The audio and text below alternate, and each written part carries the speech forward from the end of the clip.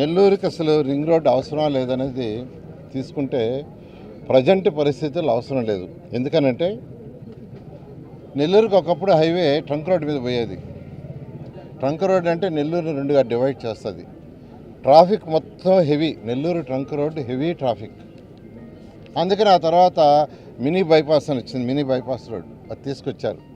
అది వచ్చిన తర్వాత ట్రంక్ రోడ్డు మీద కంజెషన్ తగ్గింది. అదైన తర్వాత బైపాస్ వచ్చింది.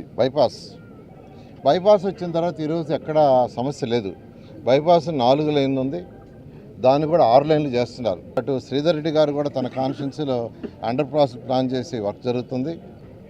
కాబట్టి ప్రజెంట్ పరిస్థితుల్లో రాష్ట్ర ఆర్థిక పరిస్థితిని బట్టి ఈరోజు అది చేయాలంటే 2000 నుంచి 3000 కోట్లు కావాలి.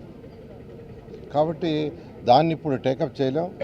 ఖచ్చితంగా జనాభా పెరిగి ఏదైతే ఈరోజున్న నేషనల్ హైవేకి రైట్ సైడ్ ఈస్ట్ సైడ్ జనాభా పెరిగి కంజెషన్ అయిన రోజు ఖచ్చితంగా దాన్ని టేకప్ చేయడం జరుగుతుంది.